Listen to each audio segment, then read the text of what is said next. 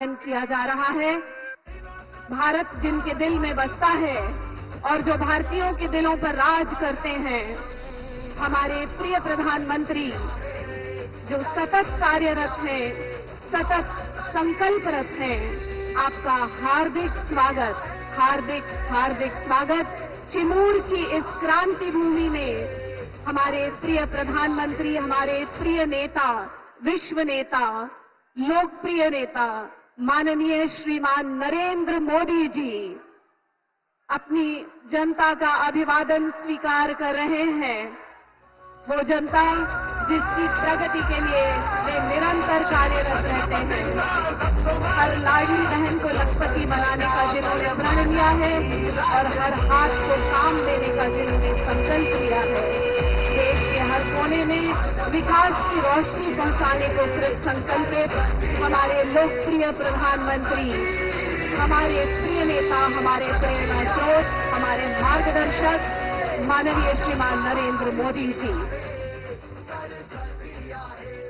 क्षेत्र की जनता की ओर से माननीय प्रधानमंत्री जी का इस मंच पर स्वागत और सम्मान करने के लिए निवेदन है। माननीय सांसद श्री प्रफुल्ल भाई पटेल और इस क्षेत्र के प्रतिनिधि श्री कीर्ति कुमार भागड़िया जी से कृपया हम सबके हृदय में बसी स्वागत भावनाएं माननीय प्रधानमंत्री जी को समर्पित करें। वो तेजस्वी नेतृत्व, वो ओजस्वी नेतृत्व जिस पर हम सबको गर्व है, जो हम सबके लिए प्रेरणा देते हैं, हमारे प्रिय प्रधानमंत्री जी, आपका बहुत बहुत स्वागत।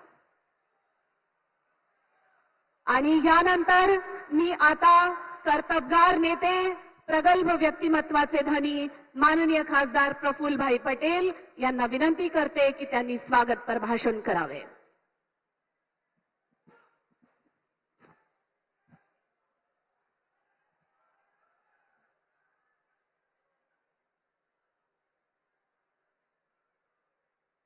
भारत माता की, छत्रपति शिवाजी महाराज की, भारत रत्न डॉक्टर बाबा साहेब आंबेडकर की। आज आपल्या चिमूरच्या या शहीदांची, वीरांची या पावनभूमीमध्ये आपल्या देशाचे नव्हे पण विश्वाचे सर्वात लोकप्रिय नेते, विश्वगुरू ज्यांना आपण सगळे म्हणतो, जग मानतो, असे आपल्या भारताचे यशस्वी आणि लाडके पंतप्रधान आदरणीय श्री नरेंद्र मोदीजी या कार्यक्रमामध्ये उपस्थित आपले या जिल्ह्याचे नेते सुधीरभाऊ मुनगंटीवार, माजी खासदार रामदासजी तडस, आपल्या सगळ्यांच्या आदरणीय शोभाताई फडणवीस, डॉक्टर रमेश गजबेजी आणि ज्यांच्या करिता आज या सभेचे आयोजन केलं आहे, तसे या चिमूर भागाचे लोकप्रिय तरुण तरफदार आमदार कीर्ती कुमार बंटी भांगडिया, सर्व आलेले बाकीचे आपले उमेदवार, नेते आणि समोर बसलेले सर्व माझे बंधू, माझी लाडकी बहीण, तसेच माता भगिनी, तरुण मित्रांनो, आज आपला या पूर्व विदर्भामध्ये आदरणीय पंतप्रधानांचं आगमन झालं आहे। या चंद्रपूर, गडचिरोली, गोंदिया, भंडारा आणि नागपूर जिल्ह्याच्या परिसरामध्ये मध्यस्थ ठिकाण म्हणून आज चिमूर येथे सभा होत आहे। आणि मला या गोष्टीचा आनंद आहे की तिसऱ्यांदा या देशाच्या लोकांनी आदरणीय पंतप्रधान नरेंद्र मोदीजींना यशस्वी रीतीनं परत भारताचा पंतप्रधान बनवला आहे। थोडा आपला वाटा थोडा या यशामध्ये कमी राहिलेला आहे. त्यासाठी आपल्याला थोडा चिंतन करण्याची गरज आहे. मागील लोकसभाच्या वेळेस आपला पूर्व विदर्भामध्ये एक चुकीचा फेक नॅरेटिव्ह अतिशय जोरदार चालवलं.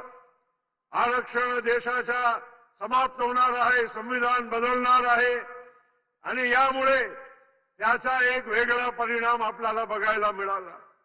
मित्रांनो, मोदी साहेब वारंवार सांगत आहे ते स्वतः एक गरिबीतून वर आलेले आणि पंतप्रधानपर्यंतच्या परिस्थिती पोहोचलेले व्यक्ती आहे आणि त्या माणसाला गरिबांची, सामान्य लोकांची चिंता आहे, खंत आहे आणि त्यामुळे अशा माणसांनी या भारताच्या संविधानाला अधिक मजबूत करण्याचं काम केलं आहे. प्रत्येक वर्गाचा, गोरगरीब असो, आदिवासी असो, दलित असो, शेतकरी असो, तरुण असो, प्रत्येकाला या देशाच्या प्रगतीच्या या वाटचालमध्ये स्थान देण्याचं काम केलं आहे. आणि म्हणून मित्रांनो, आज तुम्ही बघा, देशामध्ये आज अर्थव्यवस्था 5व्या क्रमांकाची विश्वामध्ये झाली. उद्या त्याला आपण तिसरी सर्वात मोठी अर्थशक्ती बनणार आहोत. हे आपल्या पंतप्रधानांच्या हे कार्याचा हे परिणाम आहे. आणि म्हणून मित्रांनो, आज आपला या पूर्व विदर्भामध्ये माझ्या पूर्वीचे वक्ते सांगत होते, शेतकऱ्यांचे प्रश्न आहे. शेतकऱ्यांना सोयाबीन, कापसाचा योग्य भाव मिळाला पाहिजे.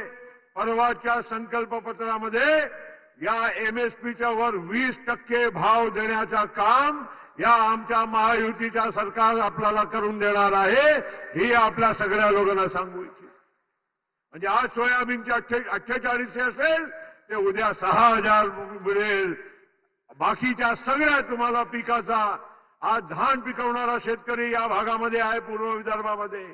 मागच्या वर्षी आमच्या सरकारने 20,000 रुपये हेक्टरी प्रमाणे बोनस तुम्हाला देण्याचं काम हे सुद्धा केलं आहे. हे अतिशय महत्वाचं काम आहे. मित्रांनो, अशा परिस्थितीमध्ये आज आपला पूर्व विदर्भाचा विचार केला, चंद्रपूर जिल्ह्यामध्ये कोळसा आहे, इथे पेपर मिल आहे, पॉवर प्लांट किती आहे, सिमेंटचे प्लांट किती आहे. येणाऱ्या काळामध्ये गडचिरोली जिल्ह्यामध्ये तिथे लोखंडाची, आयर्न ओरची सर्वात उत्तम माइन्स मिळालेली आहे आणि तिथे सुद्धा येणाऱ्या काळामध्ये एक मोठा तिथे मॅन्युफॅक्चरिंग स्टील आणि आयर्नचा असा मोठा हब बनणार आहे. हे सगळं करत असताना आज आपला नागपूर, तिथे मिहान आहे, बाकीचे अनेक उद्योगधंदे येणार आहे. हे सगळं प्रगतीचे चिन्ह आहे. आमच्या लाडकी बहिणीला आज आम्ही 1500 रुपयाची देण्याची सुरुवात केली. अनेक लोकांच्या पोटदुखी झाली, सांगायला लागले पैसे कुठे आहे, पैसे कुठे आहे. हा योजना फक्त निवडणुकीपुरती आहे. अरे, आम्ही तुम्हाला आश्वस्त करू इच्छितो की या 1500 ते 2100 रुपये होण्यामध्ये जास्त वेळ लागणार नाही आणि त्याच्या पलीकडे सुद्धा 2500 असेल, 3000 असेल, हे अशी तुम्हाला या योजनेचा लाभ मिळत राहणार आहे. आणि म्हणून मी अधिक न बोलता, कारण पंतप्रधानाला ऐकायला आपण सगळे आलेले आहोत, पण मी एक नक्की सांगतो, आज भारतीय जनता पार्टी, शिवसेना, राष्ट्रवादी काँग्रेस पक्ष, रिपा, पिरिपा अशी आमची या महायुतीमध्ये आम्ही सर्वांना समावेशक करून आम्ही सामोर जात आहोत. आणि त्यामुळे मित्रांनो, आज जे काही परिस्थिती आज अख्खा विदर्भ आणि महाराष्ट्रामध्ये दिसत आहे, ते लोकसभेच्या वेळी जे आम्ही चूक केली ते परत आम्ही होऊ देणार नाही, असा आमच्या या महाराष्ट्राच्या जनतेने संकल्पना केली आहे. आणि त्यामुळे मित्रांनो, आपल्या सगळ्यांना मी विनंती करायला उभा आहे, एक सर्व पक्षांच्या वतीनं महायुतीचा एक घटक म्हणून उभा आहे की आज आपले पंतप्रधान, त्यांना आपण ऐका आणि त्यांचा जे उद्बोधन आहे त्याप्रमाणे आपण महायुतीच्या सर्व आमच्या उमेदवार जे आहे त्यांना भरभराटीचा आशीर्वाद द्यावा. एवढाच बोलतो, थांबतो. जय हिंद, जय महाराष्ट्र. धन्यवाद.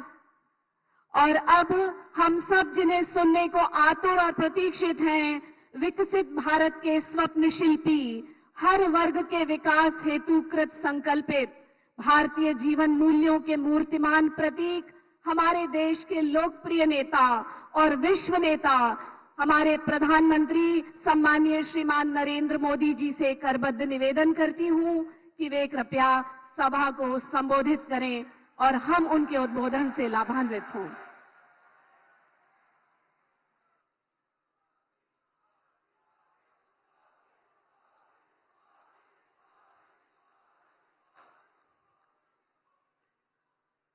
जय भवानी, जय भवानी, जय माता महाकाली, जय सेवालाल, जय बिरसा, आपल्या सर्वांना माझा नमस्कार।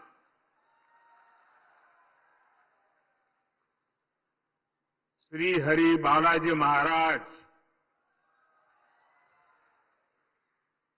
उनकी ये देवस्थानम की पुण्य भूमि, क्रांतिकारियों की, वीरों की ये धरती, मैं चिमूर की इस महान मिट्टी को नमन करता हूं।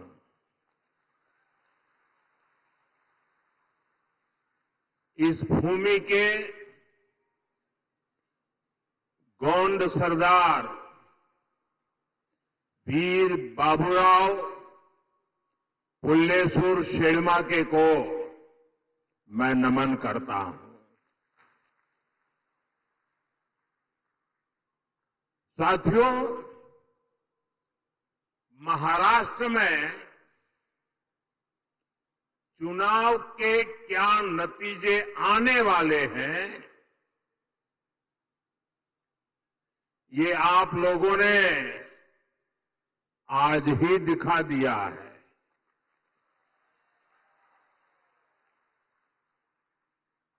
ये जन सैलाब बता रहा है कि महाराष्ट्र में महायुति की भारी बहुमत की सरकार बनने जा रही है। चिमूर की जनता ने और पूरे महाराष्ट्र ने ठान लिया है, भाजपा महायुती आहे तर गती आहे, महाराष्ट्राची प्रगती आहे।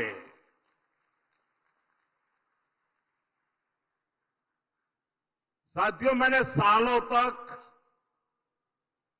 संगठन में कार्यकर्ता के रूप में काम किया है और इस प्रकार का कार्यक्रम ऑर्गेनाइज करने में लोहे के चने चबाने पड़ते हैं, इसका मुझे पूरा अंदाज है। और उसमें भी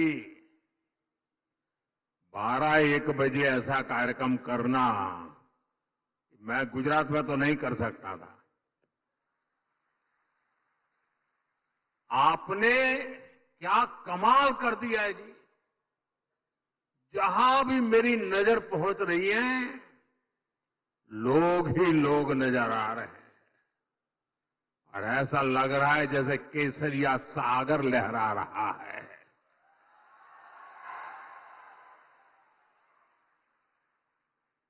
साथियों, मैं आज महाराष्ट्र भाजपा को भी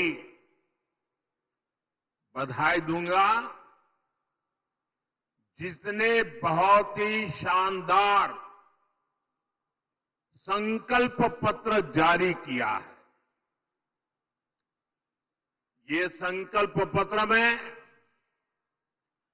लाड़की बहनों के लिए, हमारे किसान भाई बहनों के लिए, देश की युवा शक्ति के लिए महाराष्ट्र के विकास के लिए एक से बढ़कर एक शानदार संकल्प लिए गए हैं। एआई यूनिवर्सिटी की बात हो, वाटर ग्रिड प्रोजेक्ट हो, हर घर से पाइप से पानी हो, देहात में पक्का घर हो, डिजिटल कनेक्टिविटी को बढ़ाना हो, इसमें महाराष्ट्र के भविष्य को उज्जवल बनाने के लिए बहुत सारी योजनाएं और संकल्प की प्रस्तुति है। मैं महाराष्ट्र के आप सभी लोगों को इस संकल्प पत्र के लिए बहुत बहुत बधाई देता हूं। ये संकल्प पत्र अगले 5 साल के लिए महाराष्ट्र के विकास की गारंटी बनेगा। साथियों, महायुति के साथ साथ केंद्र में एनडीए की सरकार यानी महाराष्ट्र में डबल इंजन की सरकार यानी विकास की डबल रफ्तार। महाराष्ट्र के लोगों ने पिछले 2.5 वर्षों में विकास की इस डबल रफ्तार को देखा है। आज महाराष्ट्र देश का वो राज्य है जहां सबसे ज्यादा विदेशी निवेश हो रहा है। फॉरेन डायरेक्ट इन्वेस्टमेंट, यहां नए एयरपोर्ट बन रहे हैं, नए एक्सप्रेस वेज बन रहे हैं। आज महाराष्ट्र में करीब 1 दर्जन वंदे भारत ट्रेनें चल रही है। राज्य के 100 से ज्यादा स्टेशनों का कायाकल्प किया जा रहा है। राज्य में कई रेल मार्गों का विस्तार हो रहा है। साथियों, महायुति की सरकार किस स्पीड से काम करती है और ये अगाड़ी वालों की जमात कैसे कामों को रोकते हैं, चंद्रपुर के लोगों से बेहतर ये बात और कौन जानेगा। यहां के लोग दशकों से रेल कनेक्टिविटी की मांग कर रहे थे, लेकिन कांग्रेस और अगाड़ी वालों ने कभी भी ये काम होने नहीं दिया। हमारी सरकार ने कांपा वरोरा रेलवे लाइन को मंजूरी दी। नागपुर से गढ़चिरौली रेलवे लाइन का काम भी अब बस पूरा होने की तैयारी में है। इससे किसको सुविधा मिलेगी? आपको ये सुविधा मिलेगी, आपका समय बचेगा, आपका पैसा बचेगा। भाइयों बहनों, महाराष्ट्र का तेज विकास ये अगाड़ी वालों के बस की बात नहीं है भाई।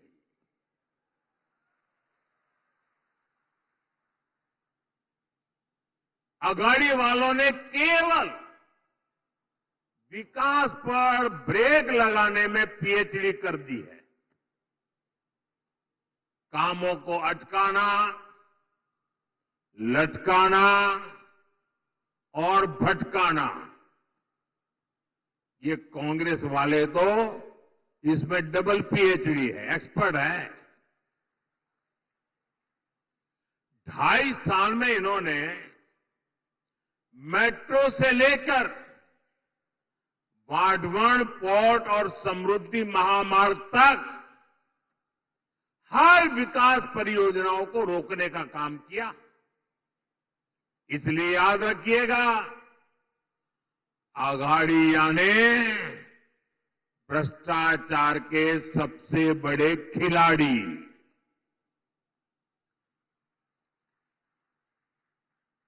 ये आघाड़ी यानी खिलाड़ी।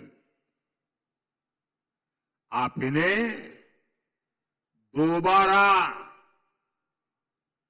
लूट का लाइसेंस मिलने देंगे क्या? जरा पूरी ताकत से बताइए, मिलने देंगे क्या? लूट करने देंगे क्या? खजाना भरने देंगे क्या? साथियों, मैं आपसे पूछना चाहता हूं, जरा पूरी ताकत से जवाब दीजिए। आप महाराष्ट्र की प्रगति पर ब्रेक लगने देंगे क्या? साथियों, कांग्रेस और उसके साथी दल हिंसा और अलगाववाद पर राजनीतिक रोटियां सेकते हैं। अभी कुछ ही दिन पहले जम्मू कश्मीर की विधानसभा में क्या हुआ, पूरे देश ने देखा है। आपने भी टीवी में देखा होगा, अखबारों में पढ़ा होगा, सोशल मीडिया में आया होगा। ये हमारा जम्मू एंड कश्मीर दशकों तक अलगाववाद और आतंकवाद में जलता रहा। महाराष्ट्र के मेरे कितने ही वीर जवान मातृभूमि की रक्षा करते करते जम्मू कश्मीर की धरती पर शहीद हो गए। और ये हालत बनी कैसे? ये पाप पनपा कैसे? जिस कानून की आड़ में, जिस धारा की आड़ में ये सब हुआ, वो धारा थी 370, और ये 370 धारा कांग्रेस की देन थी। और जैसे ही हमने 370 को खत्म किया, कश्मीर को भारत और भारत के संविधान से पूरी तरह नाता जोड़ा। हमारे देश के बहुत लोगों को पता ही नहीं है, शायद आपके लिए भी बहुत सी जानकारी पहली बार होगी। बाबा साहब आंबेडकर ने जो संविधान बनाया, जो संविधान पूरे देश ने स्वीकार किया, लागू किया, लेकिन आपको जानकर के दुख होगा, इस संविधान की माला जपने वाले लोगों ने 7 दशक से भी ज्यादा समय जम्मू कश्मीर में बाबा साहब आंबेडकर के दिए हुए संविधान को लागू नहीं किया था। 7 दशक तक देश आजाद होने के बाद जब तक मोदी नहीं आया, तब तक इस देश में 2 संविधान चलते थे। एक संविधान जो बाबा साहब आम्बेडकर ने दिया, जिसका पालन हम सब लोग करते थे। और दूसरा विधान जम्मू कश्मीर था। जम्मू कश्मीर का हाईकोर्ट का जज शपथ लेता था भारत के संविधान के नाम पर नहीं। जम्मू कश्मीर का मुख्यमंत्री शपथ लेता था भारत के संविधान के नाम पर नहीं। कारण 370 की ऐसी दीवार थी जो बाबा साहब के संविधान को जम्मू कश्मीर में घुसने नहीं देती थी। ये मोदी को आपने आशीर्वाद दिया और 370 को हमेशा हमेशा के लिए हमने जमीन में गाड़ दिया। दोस्तों, लेकिन कांग्रेस वालों को, उनके साथियों को ये बात पच नहीं रही है और इसलिए कांग्रेस और उसके साथी कश्मीर में फिर से धारा 370 वापस लाकर के लागू करने का प्रस्ताव सदन में लाए हैं, सदन में पास करवा रहे हैं। जरा कांग्रेस वालों को पूछिए, उनके साथियों को पूछिए कि जो धारा 370 खत्म हो गई, जिस जम्मू कश्मीर में भारत का संविधान पैर नहीं रख सकता था, उस जम्मू कश्मीर में भारत का संविधान पहुंचा। क्या आप फिर से इसको रोक लोगे? ये लोग वो काम कर रहे हैं जो काम पाकिस्तान चाहता है। मैं जरा यहां के लोगों से पूछना चाहता हूं, क्या कांग्रेस को ये करने देंगे आप? ये करने देंगे? 370 वापस आने देंगे? जम्मू कश्मीर को हमसे दूर रखने देंगे? उनके और उनके साथियों को सजा देंगे? साथियों, हमारे चंद्रपुर के इस क्षेत्र ने भी दशकों तक नक्सलवाद की आग को झेला है। इस क्षेत्र ने क्या कुछ नहीं सहा। नक्सलवाद के कुचक्र में कितने ही युवाओं का जीवन बर्बाद हो गया। हिंसा का खूनी खेल चलता रहा। औद्योगिक संभावनाओं ने यहां दम तोड़ दिया। कांग्रेस उसके साथियों ने आपको सिर्फ और सिर्फ खूनी खेल दिए हैं। ये हमारी सरकार है जिसने नक्सलवाद पर लगाम लगाई है। आज ये पूरा क्षेत्र खुल करके सांस ले पा रहा है। अब चिमूर और गढ़चिरौली के क्षेत्र में नए अवसर बन रहे हैं।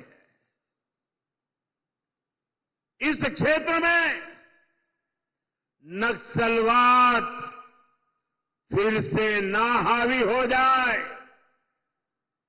इसके लिए आपको कांग्रेस और उसके साथियों को यहां फटकने भी नहीं देना है। मेरी बात मानोगे ना? जरा जोर से बताइए, मानोगे ना? साथियों, बीजेपी और महायुति सरकार हमारा जो सबका साथ सबका विकास का मंत्र है, उसी को लेकर के हम काम कर रहे हैं। मैं गरीब के जीवन की मुश्किलों को समझता हूं, इसलिए आपका जीवन आसान बनाने के लिए दिन रात काम करता हूं। हमारी सरकार में करोड़ों गरीबों को पीएम आवास मिले। हमारी सरकार में करोड़ों गरीबों को मुफ्त इलाज की गारंटी मिली। नई सरकार बनते ही हमने आयुष्मान योजना का लाभ 70 वर्ष से अधिक उम्र के सभी बुजुर्गों को भी दे दिया। हमने गांव-गांव सड़क पहुंचाई, बिजली पहुंचाई, करोड़ों परिवारों को जल जीवन मिशन के तहत पानी का कनेक्शन मिला। अकेले चिमूर में ही 16 लाख परिवारों को मुफ्त राशन मिल रहा है, ताकि गरीब के घर का चूल्हा जलता रहे। गरीब कल्याण की योजनाओं का सबसे ज्यादा लाभ हमारे वंचित समाज को हुआ है। दलित हो, पीड़ित हो, शोषित हो, आदिवासी हो, ओबीसी हो, उनको मिला। और ऐसे ही प्रयासों से पिछले 10 साल में 25 करोड़ लोग गरीबी से बाहर निकले हैं। महायुति की सरकार इस क्षेत्र में भी गरीबों को मजबूत करने के लिए, उन्हें नए अवसर देने के लिए काम करेगी। साथियों, हमें महाराष्ट्र को समृद्ध बनाने के लिए हमारे किसानों को समृद्ध बनाना है। आज यहां किसानों को पीएम किसान सम्मान निधि का फायदा मिल रहा है। महायुति सरकार साथ में नमो शेतकरी योजना का डबल फायदा भी दे रही है। चंद्रपुर जिले में और इस क्षेत्र में धान की पैदावार भी होती है। आणि तुमच्या चिन्नोरची चव किती मधुर असते। आप सभी को महाराष्ट्र भाजपा की घोषणाएं बहुत मदद करने वाली है। साथियों, हमारी सरकार सोयाबीन किसानों को संकट से उबारने के लिए भी आर्थिक सहायता दे रही है। सोयाबीन किसानों को अलग से 5,000 रुपये दिए जा रहे हैं। महायुति की सरकार ने सोयाबीन का न्यूनतम समर्थन मूल्य 6,000 प्रति क्विंटल करने का भी वायदा किया है। हमने प्याज निर्यात शुल्क को भी कम किया है, ताकि हमारे किसान भाइयों की आय बढ़े। भाइयों और बहनों, महाराष्ट्र में किसानों का कांग्रेस और अघाड़ी की सरकार ने बहुत नुकसान किया है। आपको याद है, अपने शासन में इन्होंने जलयुक्त शिवार योजना को रोक दिया था। महायुति सरकार ने यह काम फिर से शुरू किया। बीते वर्षों में नीलवंडे बांध और कैनाल के काम पूरे हुए। विशाल गोसीखुर्द प्रोजेक्ट भी अब पूरा होने जा रहा है। साथियों, चंद्रपुर के तो बैम्बू दुनिया भर में मशहूर है। ये हमारी सरकार है जिसने बैम्बू से जुड़े अंग्रेजों के जमाने के पुराने नियमों को बदला, कानूनों को बदला, जिसके लिए आपके लिए बैम्बू की खेती आसान हो जाए। गढ़चिरौली और चंद्रपुर में बांस शिल्पकारों की स्किल ट्रेनिंग पर भी हमारी सरकार जोर दे रही है। साथियों, मैं आपको कांग्रेस और उसके साथियों की एक बड़ी साजिश से भी सावधान कर रहा हूं।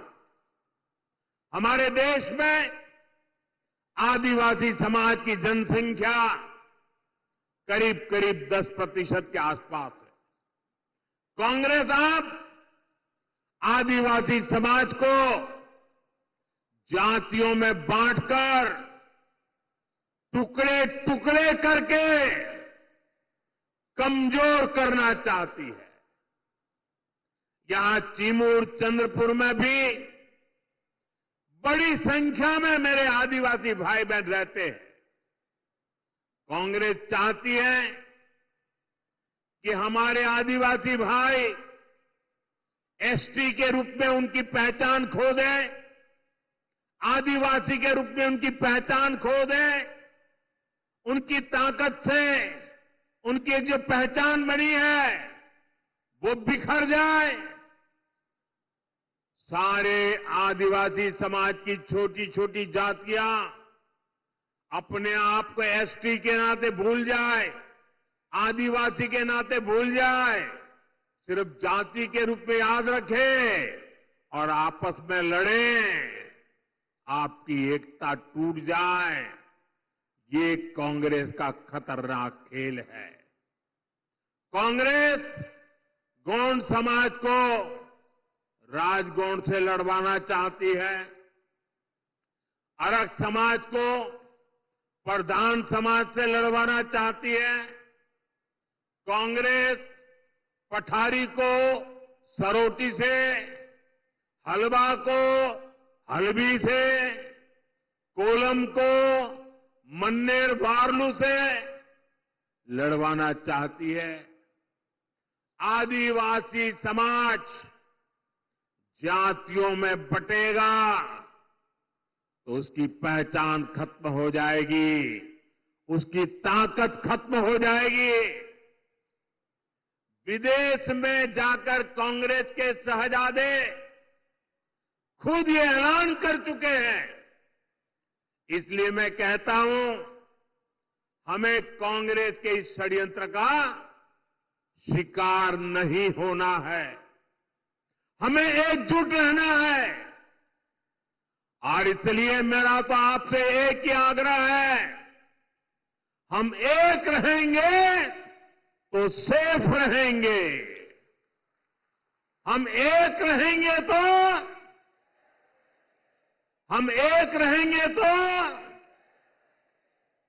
और साथियों, आप जानते हैं, अगर आप एक नहीं रहे, आपकी एकजुटता टूटी, तो सबसे पहले क्या होगा? कांग्रेस आपका आरक्षण छीन लेगी। कांग्रेस के शाही परिवार के हमेशा से ये मानसिकता रही है, कोई देश पर राज करने के लिए पैदा हुआ है। आजादी के बाद इसलिए ही कांग्रेस ने दलितों, पिछड़ों और आदिवासियों को कभी आगे नहीं बढ़ने दिया और आरक्षण से दलितों, पिछड़ों और आदिवासियों को आगे बढ़ाने का मौका मिलता है। इसलिए ही कांग्रेस आरक्षण से चिढ़ती है। 80 के दशक में तो कांग्रेस ने, जब राजीव गांधी नेतृत्व करते थे, चुनाव का समय, चुनाव चल रहे थे और उनकी हिम्मत देखिए, बाकायदा उन्होंने अखबारों में एडवर्टाइजमेंट दी थी, पोस्टर जारी किए थे और दलितों, पिछड़ों और आदिवासियों को मिलने वाले विशेष अधिकार पर सवाल उठा दिया था। अगर आप सोशल मीडिया खोजोगे तो ये सब मिलेगा। और मैं तो यहां के पत्रकारों से आग्रह करता हूं कि जरा 84 की एडवर्टाइजमेंट खोल करके निकाल के दिखाइए इन लोगों को, कैसा पाप किया इन लोगों ने। कांग्रेस तब दबंगों की भाषा बोल रही थी। कांग्रेस ने तो तब भी एक तरह से कह दिया था कि आरक्षण की कोई जरूरत नहीं है, ऐसा कांग्रेस वाले बोलने की हिम्मत करते थे। आज भी कांग्रेस दबंगों की भाषा बोल रही है कि दलितों, पिछड़ों, आदिवासियों का आरक्षण खत्म कर देंगे। इसलिए आपको कांग्रेस और उसके साथियों से सतर्क रहना है। साथियों, हमें चंद्रपुर और महाराष्ट्र के विकास अभियान को और तेजी से आगे बढ़ाने की जरूरत है। ये काम केवल और केवल महायुति सरकार ही करेगी। मेरी अपील है, आप महायुति के उम्मीदवारों को भारी बहुमत से जिताइए। और साथियों, इतना बड़ा जनसैलाब इस बात की गारंटी बन जाता है कि यहां सबकी सब सीटें आप जिताने वाले हो। आप सभी इतनी बड़ी तादाद में हम सबको आशीर्वाद देने के लिए आए। मैं फिर से एक बार आप सभी का हृदय से बहुत बहुत धन्यवाद करता हूं। पूरी ताकत से मेरे साथ बोलिए, भारत माता की। दोनों हाथ ऊपर करके पूरी ताकत से बोलिए, भारत माता की, भारत माता की, भारत माता की, भारत माता की। बहुत बहुत धन्यवाद।